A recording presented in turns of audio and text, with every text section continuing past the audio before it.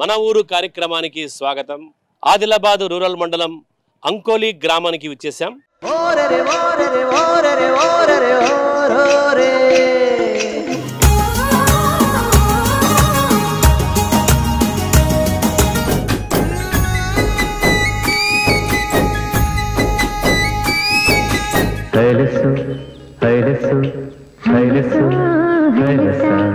ప్రతి కులం ఉన్నది ఇక్కడ. కులమని చెప్పరాకున్న ST, SC, BC, minority, OC అందరు ఉన్నారు. అన్నదమ్ములుగా కలిసి మెలిసి ఉంటాం.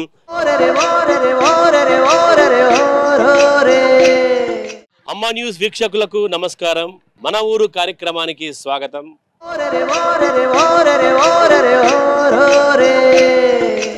మన ఊరు కార్యక్రమంలో భాగంగా ఈరోజు మనం ఆదిలాబాద్ రూరల్ మండలం అంకోలి గ్రామానికి వచ్చేసాం. అంకోలి గ్రామంలో చూస్తున్నాం గ్రామస్తులందరూ కూడా ఇక్కడ మనతో పాటు మాట్లాడడానికి అందరూ కూడా సిద్ధంగా ఉన్నారు.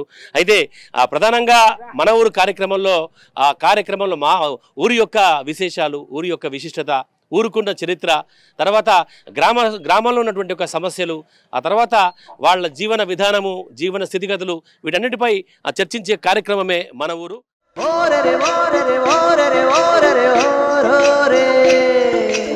నమస్తే అండి మీ అందరికీ. అమ్మా న్యూస్ తరపున మీ అందరికీ నమస్కారం.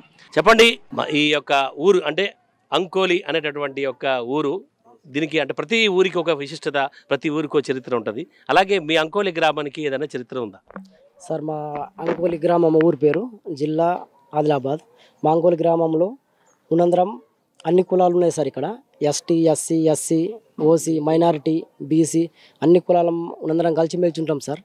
ఉన్నాడు మా ఊర్లో ఏ పార్టీ పరంగా ఉన్నా కానీ ఉన్నందరం కలిసిమెలిసి ఉంటాం సార్. ఇది వాళ్ళ పార్టీ ఈ పార్టీ అన్నట్టు గొడవలు కూడా ఏం చేసుకోం సార్. కలిసిమెలిసి పార్టీ 4 రోజులు మాత్రం మేము అనుకుంటాం, కానీ తర్వాత మాత్రం కలిసి పనులు చేసుకుంటాం. మా కుల మత భేదం అన్నది ఏం లేదు సార్. మీరు చెప్పండి, అంటే ఈ గ్రామం ఎప్పుడు ఏర్పడ్డది, ఎన్నేళ్ల క్రితం ఈ గ్రామం ఏర్పడ్డట్టుగా మీరు భావిస్తారు? ఇగో మా గ్రామం అంటే ఇంకా మేము చిన్నలంగానే పెద్దల నుంచి చూసుకుంటే మాకు ఊరికొక విశిష్టత ఏమిటంటే అంకనేశ్వర స్వామి దేవాలయం ఉన్నది, పురాతనమైన మందిరం ఉన్నది. అది ఇంకా దాన్ని పునరుద్ధరించాలంటే మస్తు టైం ఉన్నది. కాబట్టి దాని అంకనేశ్వరి పేరు మీద అంకోలి అని, అటు అంకాపూర్ అని 2 పేర్లు ఒకే అక్షరం మీద ఉన్నాయి. కాబట్టి ఆ అంకనేశ్వరి దేవాలయంతోనే అంకోలి అని పేరు వచ్చిందని మాకు పెద్దలు చెప్పిన నుంచి తెలిసిన సమస్య. మేము చూడకపోయినా పెద్దలు చెప్పిన దాని గురించి అంకోలి అని వచ్చింది. అంటే ఎవరైతే మీ పూర్వీకులు ఉన్నారో తరతరాలుగా మీ పూర్వీకులు చెప్తున్నట్టుగా అంకనేశ్వర స్వామి యొక్క దేవాలయం అంటే ఇప్పుడు ప్రజెంట్ ఆ దేవాలయం ఎక్కడుంది? ఇక్కడ అంకాపూర్ శివార్లను ఉంది, కానీ అంకోలి నుంచే పూజలు అన్నీ జరుగుతూ ఉంటాయి శివరాత్రికి. అయితే అంకాపూర్ గ్రామము అంకోలి 2 కూడా ఒకటే ఊరుగా ఉంటుండే ఇంతకుముందు? ఇక అది తెలియదు. ఇక పెద్దలు చెప్పిన దాని మీదకి వెళ్ళి మాకు తెలిసింది ఏమిటంటే ఆ అంకనేశ్వర స్వామి ఉండు కాబట్టి అటు అంకాపూర్ అని ఇటు అంకోలి అని పేరు వచ్చింది, అంతే.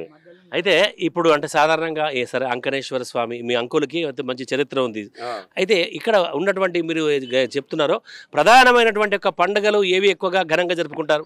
మేము రైతులకు మొదటి పండుగ పోలాల అమావాస్యనాడు ఎడ్లను పూజించుకొని దేవతలుగా భావించుకొని పోలాల పండుగ, శివరాత్రి, దీపావళి, సంక్రాంతి ఇవన్నీ జరుపుకుంటాం. అంటే ఇక్కడ మొత్తం ఓవరాల్గా చూస్తే ఎన్ని మతాలు, ఎన్ని కులాలు ఉన్నాయి? దాదాపుగా ఓవరాల్గా ఈ ఊర్లో ఎంతమంది జనాభా నివసిస్తుంటారు? ఇక కుల మతాలు అంటే ప్రతి కులం ఉన్నది ఇక్కడ. కులమని చెప్పరాకున్న ST, SC, BC, minority, OC అందరు ఉన్నారు. అన్నదమ్ములుగా కలిసి మెలిసి ఉంటాం. ఓట్ల పండుగ అప్పుడే నువ్వు నేను, నీ అటు నేను ఇటు, కానీ మరి తర్వాత ఊరందరం ఒక్కటే, అందరం సమానంగానే ఉంటాం. నీకు కష్టం వచ్చినా నేను పోతా, నాకు కష్టం వచ్చినా నువ్వు పోతా, అందరూ సమానం.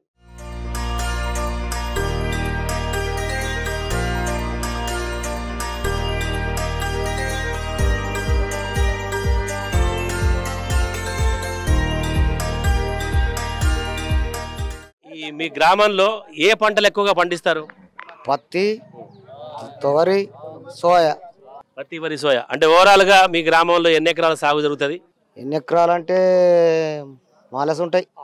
అరి పంట 30-40 ఎకరాలు ఉంటుంది అరి పంట. ఎన్ని గడపలు ఉంటాయి ఈ గ్రామంలో మొత్తం ఓవరాల్గా? 2010. చాలా గొప్పతనం. ఎందుకంటే 2000 గడపలు ఉన్నప్పుడు కూడా మీ గ్రామం యొక్క చరిత్ర చాలా గొప్పగా ఉన్నది. అంకనేశ్వర స్వామి యొక్క దయ వల్ల ఈ గ్రామం ఈ రోజు కూడా సుభిక్షంగా ఉందని చెప్పేసి గ్రామస్తులు చెప్తున్నారు. అలాగే ఇప్పటికి కూడా అంటే పార్టీలకు అతీతంగా మీరందరూ కూడా ఒక కలిసికట్టుగా గ్రామాన్ని అభివృద్ధి ప్రధాన తీసుకుపోతున్నారు. చాలా గొప్ప విషయం. ఇంకా చెప్పండి మీ గ్రామం గురించి. మీ గ్రామం దాదాపుగా ఏర్పడి కొన్ని వందల సంవత్సరాలు పైగా అవుతుందని చెప్పేసి చెప్తున్నారు. అంటే మరి అప్పటి నుంచి ఇప్పటి వరకు మీ గ్రామంలో జరిగినటువంటి ఒక అభివృద్ధి ఏముంది? అంటే ఎక్కడ వేసిన గొంగలి అక్కడే ఉందా, లేదంటే గ్రామంలో ఏమైనా అభివృద్ధి కార్యక్రమాలు జరిగినాయా, లేదా అంటే రోడ్లు కానీ, సీసీ రోడ్లు కానీ, తర్వాత డ్రైనేజీలు కానీ, తర్వాత త్రాగునీటి వసతి కానీ, ఇలాంటి గ్రామంలో ఏమైనా ప్రధాన సమస్యలు ఏమైనా ఉన్నాయా? సమస్యలు ఉన్నాయి సార్, ఉన్నాయి, లేవని కాదు, మొత్తం సమస్యలు పరిష్కారం కాలే. కొన్ని అక్కడక్కడ వేసిన గొంగడును అన్నట్టు అక్కడ కొన్ని కాలనీ రోడ్లు కాలే, కొందరికి వజపలు లేవు, కొందరికి భూముల సమస్యలు ఉన్నాయి, పోడు భూములకు పట్టలు లేవు. అటువంటి సమస్యలు బాగున్నాయి సార్. మరి కూలీలకు సరిగా కూలీ దొరకతలేదు, కూలీలకు సరిగా కూలీ దొరుకుతుంది. ఇప్పుడు గవర్నమెంట్ కూడా మా పత్తులకు రైతులకు ధరలు లేవు. మొత్తం పత్తి మొత్తం ఎక్కడిదక్కడ నాశనమైంది వర్షాలు లేక. కొంత ఖర్చులో పెట్టిన పంటలు పెట్టిన ఖర్చులు వెళ్ళడానికి మాకు ఇప్పుడు లేవు. దాని గురించి చెప్పుడు కూడా ఏమి చేస్తావు, ఏ గవర్నమెంట్ మాకు పట్టించుకుంటలేదు. ఇప్పుడు పత్తి ధరల మీద ఎవరు ఆందోళన చేస్తలేరు. పత్తి ధర కొంచెం ధర బాగా ఉంటే బాగుంటుండే.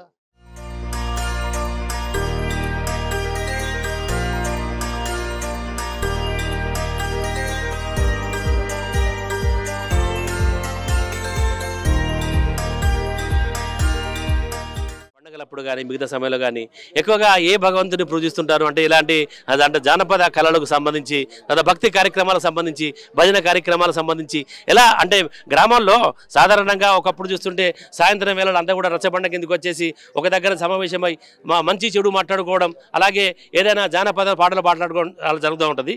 అలాగే మీ ఊర్లో కూడా అలాంటి ప్రత్యేకతలు ఏమైనా ఉన్నాయా? అవేం లేవు సార్, అవన్నీ ఏం లేవు, అందరు సమానం ఉంటారు సార్. కానీ ఆ జానపద గేయాలు బైనాలు ఉన్నారు, ఈ చచ్చిపోతే పిచ్చిపోతే వాళ్ళు తెలందాకా బైనాలు చెప్తారు, ఏ పొద్దున్నగా వెళ్తారు. మీరు ఒక మంచి భజన పరుడు అంటున్నారు చాలా. ఎందుకంటే గ్రామంలో కాలక్షేపం కోసము సాయంత్రం వేళల భజన కార్యక్రమాలు కానీ, ఎందుకంటే ఇప్పుడు టీవీలు వచ్చిన తర్వాత సాధారణంగా జానపద కళలకు ఆదరణ అయితే తగ్గింది. అయితే ఇప్పుడు ప్రజెంట్గా అంటే ఉన్నటువంటి పరిస్థితుల్లో ఈ జానపద కళలకు కానీ, ఈ భక్తి భజనలకు కానీ ప్రజల్లో ఆదరణ ఎంత ఉందంటారు? ఆదరణ మాత్రము ముందటి శంకలే సార్, తగ్గుతూ వస్తున్నది. ఇప్పుడు ఏమంటే టీవీలు అన్నీ అయినాయి కాబట్టి ఇక జానపదాలని, నాటకాలని, వీధి నాటకాలు అవన్నీ కనుమరుగైనాయి. ఇప్పుడు మాత్రం ఏమంటే ఇక ఎవరో ముందు దాన్ని పట్టుకొని ఉన్న వాళ్ళు అంతే చేస్తున్నారు తప్ప కష్ట సుఖాలకు కూడా తెలందాక చావు కాడ ఇప్పటికీ మేము చేస్తున్నాం. కానీ ఆదరణ మాత్రం తగ్గిపోయింది.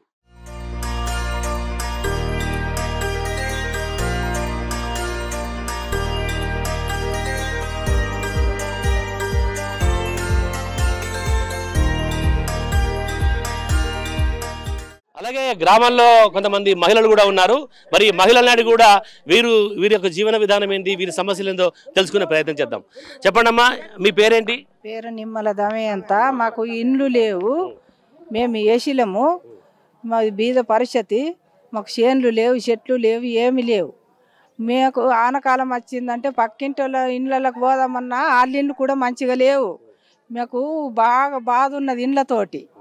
మాకు ఇండ్లు కావాలా. ఇప్పటికీ మీకు సొంత ఇల్లు లేదు ఇక్కడ? ఉన్నాయి, మాకు మన ఇల్లు కట్టి కాంగ్రెస్ ఇంద్రమ్మ ఇండ్లే ఉన్నాయి, మరి మిగతా ఇండ్లు ఏమి లేవుగా, అవి కూడా కూలిపోయేట్లు అయిపోయింది. అయితే ఆనకాలాల మా బీద పరిస్థితులకు మాకు ఏసుకి రాకముందు మాకు ఇండ్లు కావాలని కోరుకుంటున్నాము. 4,000 పింఛన్ అన్నారు కదా, అవి కూడా బీద పరిస్థితులకు కావాలి.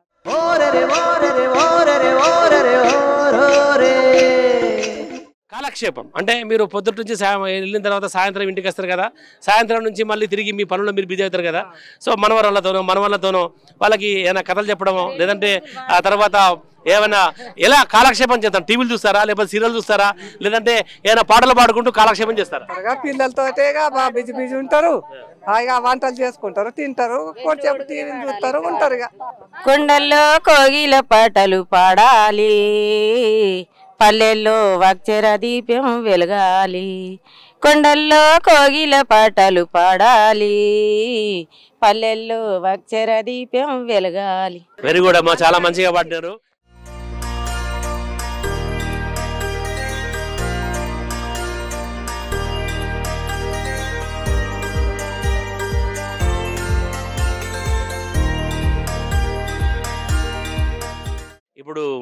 మీ పండుగలు అంటే రకరకాల వంటకాలు చేసుకుంటారు కదా, అంటే మీ ఊర్లో స్పెషల్ వంటకం ఏమి ఉండదు అంటే మాంసాహారమా శాకాహారమా అప్పాలా ఏం వంటకాలు ఎక్కువ చేసుకుంటారు? గారెలు చేసుకుంటారు, సకినాలు పోసుకుంటారు, అన్ని చేసుకుంటారు సార్. బూరెలు చేసుకుంటారు, అన్ని చేసుకుంటారు.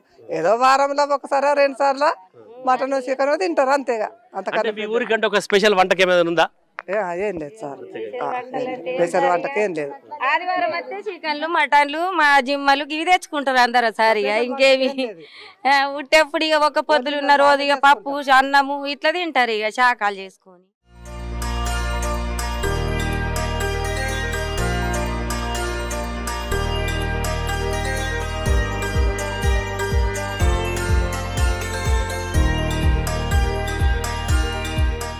గ్రామీణ యువత అయితే ప్రధానంగా ఆటోలు నడుపుకుంటూ తర్వాత మ్యాక్సీలు ట్యాక్సీలు నడుపుకుంటూ ఎంతమంది ఇక్కడ మీరు ఆటోలు నడుపుకొని జీవనం సాగిస్తున్నారు?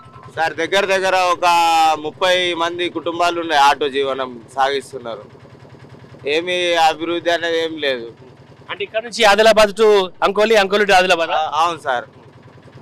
మళ్ళీ ఇప్పుడు బస్ అయింది, బస్ తోటి కూడా ఉన్న ఆటోలు కూడా ఆటోలోకి వెళ్ళి దిగి బస్సులు వెళ్ళిపోతున్నారు. అంటే మీ ఊరికి బస్సు ఒకటి ట్రిప్ వస్తుంది కదా, మిగతా టైంలో అయితే మీకు ఉపాధి బాగానే ఉంటుంది కదా? ఉంటది కానీ ఆ ఒక ట్రిప్ లో కూడా ఆటోలు ఎక్కిన ఆటోలోకి వెళ్ళి కూడా దిగి వెళ్ళిపోతున్నారు బస్ వచ్చిందంటే. ఇప్పుడు మీరు అంటే రోజుకు సుమారుగా ఒక ట్రిప్ ద్వారా మీకు ఎంత వస్తుంది? ఒక రోజులో మీరు ఎంత సంపాదించుకుంటారు? ఒక ట్రిప్ కు 200 వస్తాయి. 10 మంది ఎక్కుతారు, 20 రూపాయలు ఛార్జ్ ఉంది. ఛార్జ్లా 10 మంది ఉంటారా, ఆ 10 మందికి మేము 2 గంటల వరకు కూర్చోవాల్సి వస్తుంది. 2-3 గంటలు. ఒక్క రోజుకి 2 ట్రిప్పులు కొడితే మస్తు అయిపోతుంది. అంటే దాదాపుగా మీకు 500 కూడా గిట్టుబాటు కావడం లేదు? కావడం లేదు. దాంట్లో డీజిల్ ఛార్జ్, మళ్ళీ మాకు ఖర్చులు ఉంటాయి, ఫైనాన్స్లు ఉంటాయి, బండి ఫైనాన్స్లు ఉంటాయి, నిత్యావసరాలకు ఉంటుంది, అన్నిటికీ కష్టాలే ఉన్నాయి.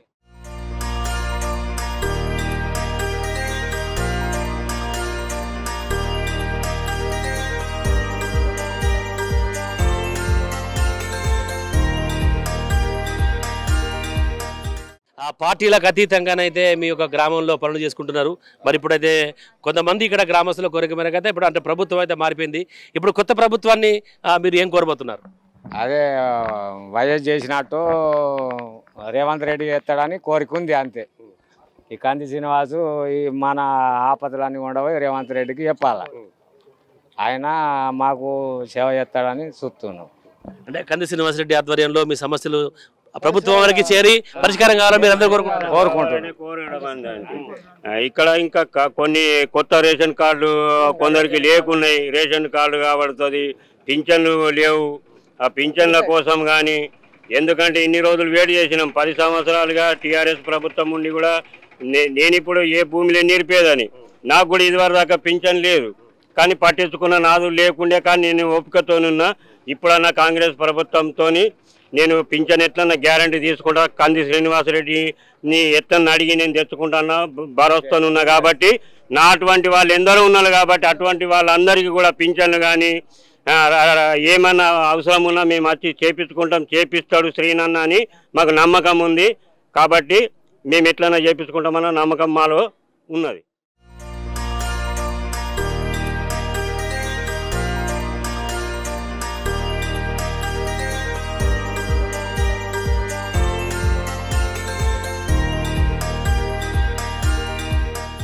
గ్రామాల్లో రైతులు ఉన్నారు. తర్వాత అంటే ఇక్కడ ప్రధానంగా వ్యవసాయమైన జీవన విధానము అంటే ఇంకా వ్యవసాయం కాకుండా అంటే కూలీలు ఇప్పుడు అంటే ఓవరాల్గా రైతులు ఎంతమంది ఉంటారు, వ్యవసాయ కూలీలు ఎంతమంది ఉంటారు, తర్వాత వాళ్ళ జీవన విధానము మిగతా వాళ్ళది ఎలా సాగుతున్నది? ఒక 450 మంది పట్టాల రైతులు ఉన్నారు. అందరి కూలీలు ఇట్లా పట్టుకొని భూములు చేసుడు అన్నీ సాగుతున్నాయి. ఇక్కడ అంటే ప్రభుత్వ ఉద్యోగస్తులు ఎంతమంది ఉంటారు? అది ఆర్మీలే ఉన్నారు సార్, ఎక్కువ ఓళ్ళేలు ఆర్మీకే పిల్లలు పోయిండు, 20 మంది దాకా పోయింది. ఎందుకంటే మాకు తెలిసిందంటే మీ గ్రామం నుంచి ఎక్కువగా ఆర్మీలో చేరుతారు అన్నట్టుగా తెలుస్తుంది. అంటే ఈ గ్రామం నుంచి ఎంతమంది ఆర్మీ కుటుంబాలు ఉన్నారు? దగ్గర ఒక 30 మంది పిల్లలు ఉంటారు సార్. జాబ్లు అనేసరికి అదే లేకుండా వేరే జాబ్లు అయితే ఎవరికి లేదు. మొత్తానికి జీవనాధారం మాత్రం వ్యవసాయం మీదనే ఆధారపడి ఉంటారు. 70% మంది వ్యవసాయం అన్న నడుస్తుంది సార్ టోటల్గా. మిగతా అంతా కూడా రకరకాల పనులు చేసుకొని. అవును సార్, రకరకాల పనులు చేస్తారు. మొత్తానికి వ్యవసాయం మీద కూలీలు ప్లస్ రైతులు చూసుకుంటే 70% మాత్రం వ్యవసాయానికి ఆధారం సార్. నాట్ల విషయంలో కానీ కోతల విషయంలో కానీ లేదంటే సాగు విషయంలో కానీ ఇప్పుడు అంటే అధునాతన పద్ధతులు పాటిస్తారా? ట్రాక్టర్ల సేద్యము లేదంటే ఎప్పటిలెక్కనే ఈ అరగలు కట్టి వ్యవసాయం చేస్తుంటారా? లేదు సార్, ఎందుకంటే అధునాతిక పద్ధతులు పాటిస్తే ఈ వీళ్ళకు కూలి వాళ్ళకు ఇబ్బంది అవుతుంది కాబట్టి వాళ్ళతోటి మాకు అవసరం, మాతోటి వాళ్ళకు అవసరం కాబట్టి వాళ్ళని ఎంచుకొని మేము పనులు చేసుకుంటాం సార్. వ్యవసాయ కూలీలకు కూడా మీరు ఉపాధి కల్పిస్తారు అంటే అధునాతన సాగు చేసినప్పటికి కూడా వ్యవసాయ కూలీలకు కూడా మీరు ఉపాధి కల్పించే ఉద్దేశంతో వాళ్ళకు కూడా సాగు కల్పిస్తారు. వాళ్ళకు కూడా అన్నం ఎవరు పెట్టాలి సార్, మా మీద వాళ్ళు డిపెండ్ అయి ఉంటారు కాబట్టి వాళ్ళకు మేము మాకు వాళ్ళు కాబట్టి కలిసి పనిచేస్తాం సార్ అంతే.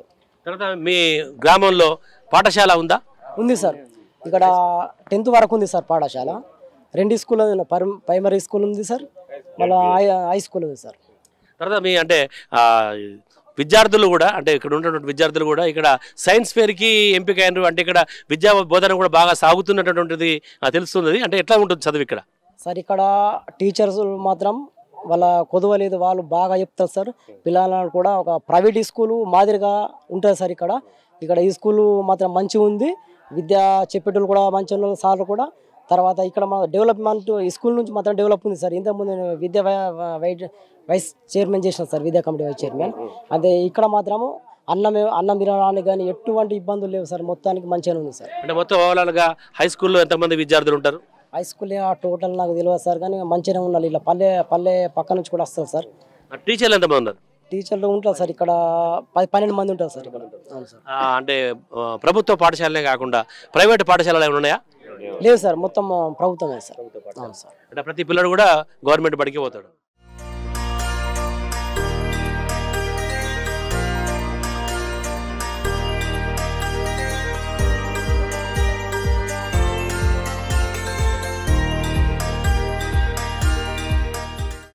వ్యవసాయంలో మీరు పంట పొలాలకు వెళ్ళేటప్పుడు అందరూ కూడా అంటే ఒక ప్రత్యేకమైన ఒక రోజు ఉంటుంది అంటే పాడి వేసేటువంటి పంట వేసేటటువంటి ఒక సందర్భంలో కొద్దిగా పండుగ లాంటివి జరుపుకుంటారు కదా, అలాంటివి ఏమన్నా సార్? ఇక్కడ ఉగాది అనేది ఉంటుంది కదా సార్, ఉగాది రోజు మాత్రం గుడ్డలు తీసుకుపోయి ఆరుకుంటాము. ఆ రోజు మాత్రం మేము ముహూర్తం చేసుకుంటాము.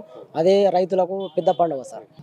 ఉగాది ప్రత్యక్షమైన పండుగ సార్, మొత్తానికి రైతుల పండుగ నడుస్తుంది సార్. అది ఇక్కడ ప్రధానంగా యూత్ అంటే పిల్లలు ఉంటారు కదా, యూత్ కోసము అంటే ఏమైనా వాళ్ళకి శారీరక దారుఢ్యం పెంచేటటువంటి ఒక వాలీబాల్ లాంటి క్రీడలు ఏమైనా జరుగుతుంటాయా? ఉన్నాయి సార్, వాళ్ళకు ఆల్రెడీ సాయంత్రం వాళ్ళు ఆడుకుంటారు సార్.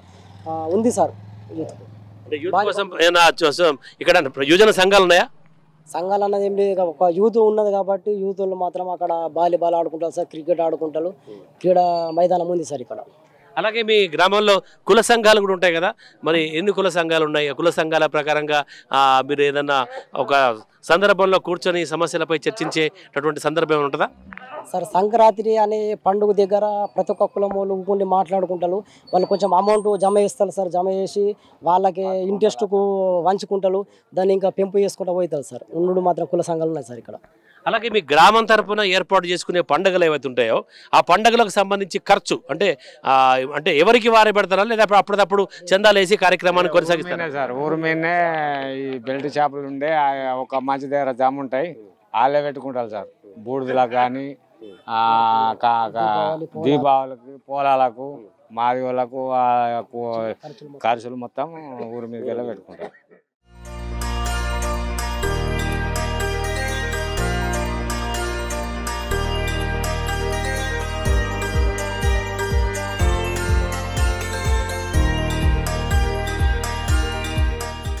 అంకోలి గ్రామం పేరు వెనక చరిత్ర ఇక్కడ ఉన్నటువంటి యొక్క అంకనేశ్వర స్వామి అని చెప్పేసి గ్రామస్తులు చెప్పారు.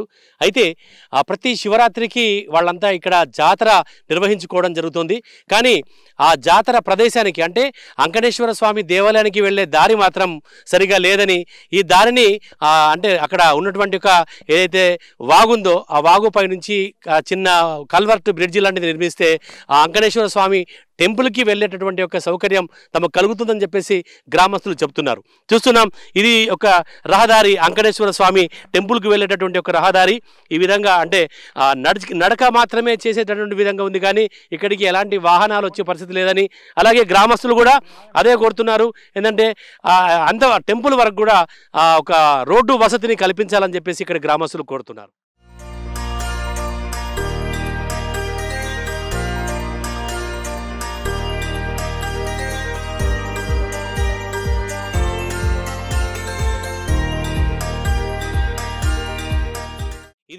అంకనేశ్వర స్వామి దేవస్థానం.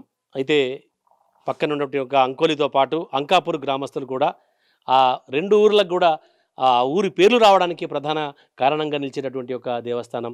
ఇది అత్యంత ప్రాచీనమైనటువంటిది.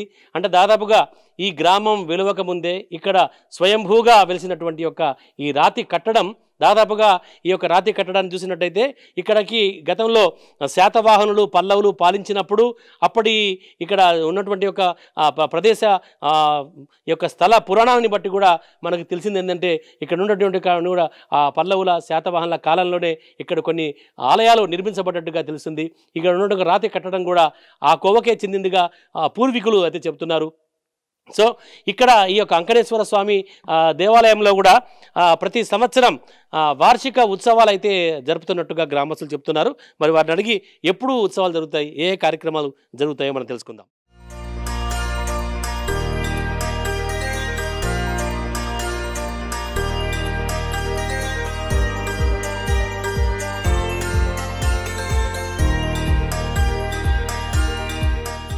చెప్పండి, అంటే ఈ యొక్క మీ దేవస్థానం తరపున మీ గ్రామంలో ఎలాంటి ఉత్సవాలు జరుపుతారు, ఎప్పుడు జరుపుతారు? సార్ ఇక్కడ అంకనేశ్వర అనే దేవాలయం అంకోలి గ్రామంలో ఉంది సార్. శివరాత్రి రోజున అంకనేశ్వర అంటే శివునితో సమానం కాబట్టి శివరాత్రి రోజున అక్కడ ప్రతి సంవత్సరం ఉత్సవాలు జరుపుకుంటాం. దాంట్లో భాగంగా క్రీడా పోటీలు పెడతాం సార్. వాలీబాలు, క్రికెట్, కబడ్డీ ఈ పోటీలు మేము దగ్గర మా తండ్రుల కాలం నుంచి నిర్వహించుకుంటూ వస్తున్నాం సార్.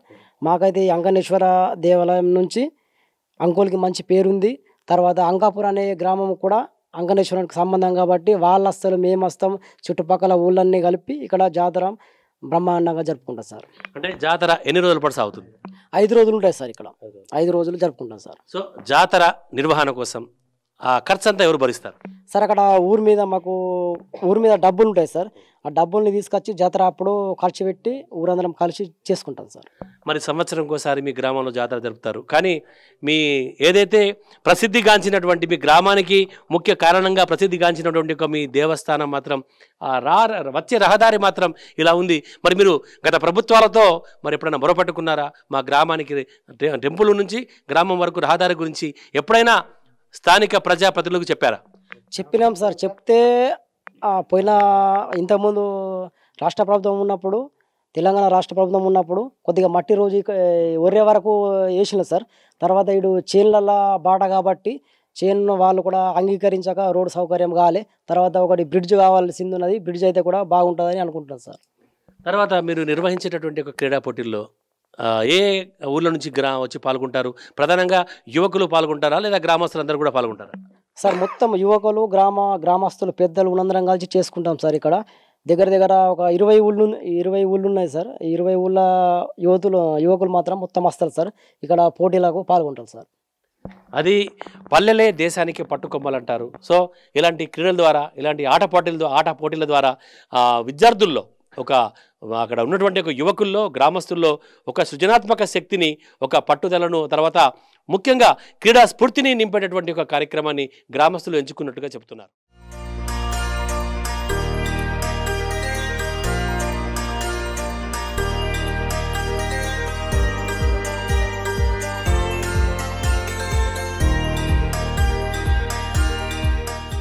ఈ ఆలయం గురించి కొంత ప్రాశస్త్యం, ఆలయం గురించి కొంత ప్రతిష్ట గురించి ఇక్కడ గ్రామస్తులు చెప్తారు.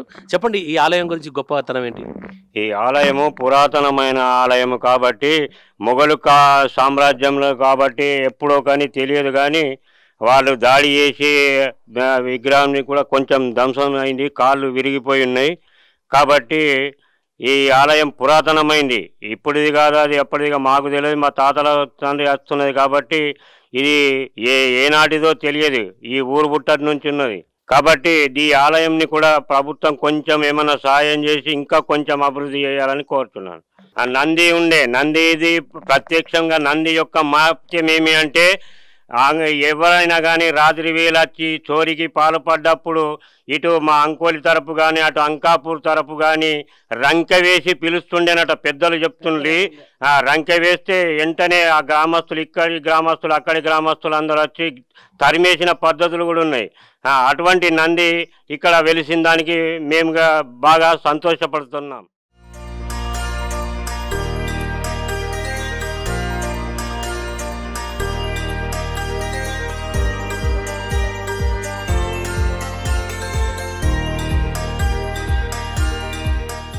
అంకోలి గ్రామ శివార్లో వెలిసినటువంటి ఒక అంకణేశ్వర స్వామి చరిత్ర గురించి తెలిసిన తర్వాత గతంలో పురావస్తు శాఖ కూడా ఇక్కడికి విచ్చేసి ఈ యొక్క ఆలయాన్ని, ఇక్కడ ఉన్నటువంటి ఒక రాతి కట్టడాల్ని, ఆ తర్వాత చుట్టూ ఉన్నటువంటి ఒక దశ అవతారాల్ని కూడా ఇక్కడి గ్రామస్తులు చెప్తున్నారు. ఆ పురావస్తు శాఖ కూడా పరిశీలించినట్టుగా, తర్వాత వాళ్ళకి ఈ యొక్క ఆలయం గురించి కూడా కొంత సమాచారాన్ని, కొంత విషయాన్ని కూడా తెలియజేసినట్టుగా గ్రామస్తులు చెప్తున్నారు.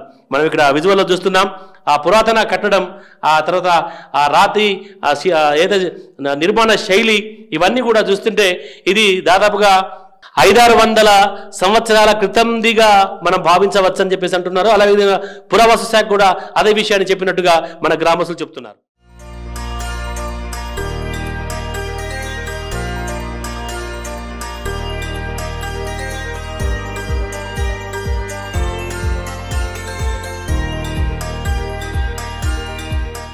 ఇది అంకోలి గ్రామ శివార్లోని దర్గా అనేటటువంటిది. అయితే ఇక్కడ కుల మతాలకు అతీతంగా కూడా ప్రజలు ఈ దర్గాకు వచ్చి ప్రత్యేక ప్రార్థనలు చేస్తారు. అయితే ఈ దర్గాకు వచ్చి దర్శించుకుంటే కనుక తాము కోరిన కోరికలు అవన్నీ కూడా నెరవేరుతాయని చెప్పేసి ఆ గ్రామస్తుల్లో అయితే ఒక విశ్వాసం అయితే ఉంది. అయితే ఈ దర్గాకు సంబంధించి ఇక్కడ ఎవరైతే ప్రధానంగా ఇక్కడ దర్గాలో ప్రార్థనలు చేస్తుంటారో వాళ్ళు మనతో పాటు ఉన్నారు. వాళ్ళని అడిగి ఈ దర్గా యొక్క ప్రాముఖ్యత, అలాగే ఈ దర్గాలో ఎప్పుడు ఈ యొక్క భక్తులు వస్తుంటారు, ఎలాంటి కోరికలు నెరవేరుతాయి, మనం ఈ యొక్క దర్గా ఇమాంని తెలుసుకుందాం.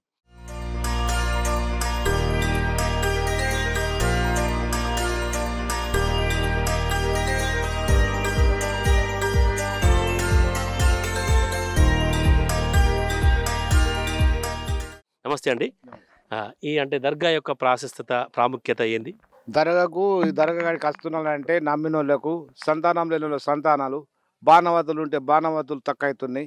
నమ్మినోళ్లకు దేవుడు ఉన్నాడు, నమ్మనోళ్లకు దేవుడు లేడు.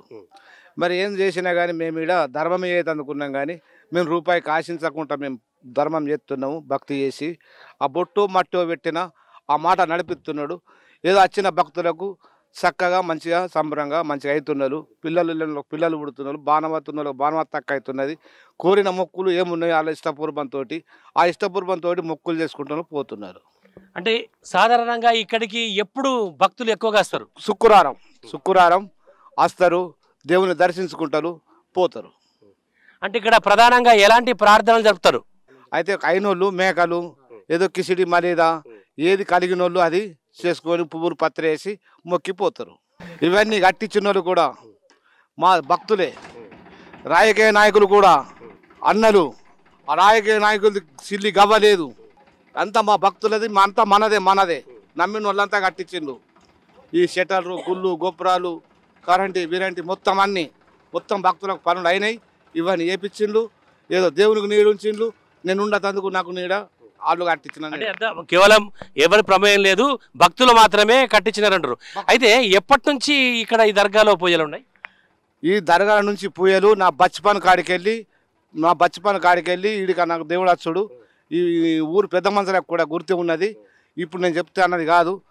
బచ్పన్ కాడికి వెళ్ళి నాకు బుద్ధి తెలిసిన కాడికి వెళ్ళి దేవుంది నడుస్తున్నది. ఇప్పటిది కాదు, కొన్ని పిడిల దేవుడు తరతరాలుగా, అంటే మీ వంశ పూర్వీకుల నుంచి కూడా ఇది ఆనవాయితీగా కొనసాగుతూ వస్తుందా?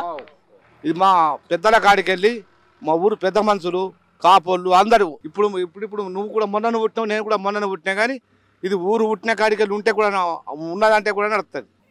దర్గా యొక్క సత్యము గ్రామం మీద కానీ గ్రామస్తుల మీద కానీ ఎలా ఉండబోతోంది?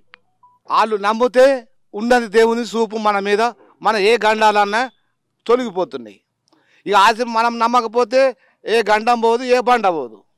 నమ్మిన వాళ్ళకు దేవుడు ఉన్నాడు, నమ్మని వాళ్ళకు ఏం లేదు.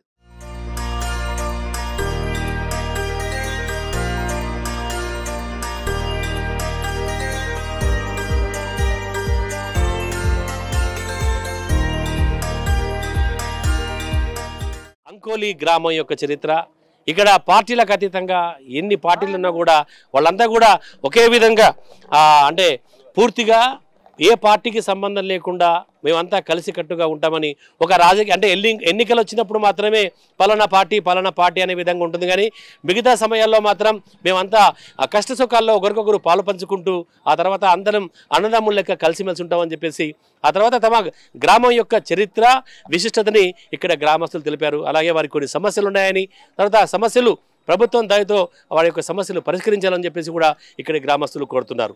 ఇది ఇవాల్టి మన ఊరు కార్యక్రమం. రేపటి మన ఊరు కార్యక్రమంలో మరో గ్రామంలో మరో గ్రామస్తులతో మరో గ్రామ చరిత్ర గురించి తెలుసుకుందాం. అంతవరకు చూస్తూనే ఉండండి అమ్మా న్యూస్, అమ్మా భారత్, జనం కోసం నిజం కోసం. ఓరే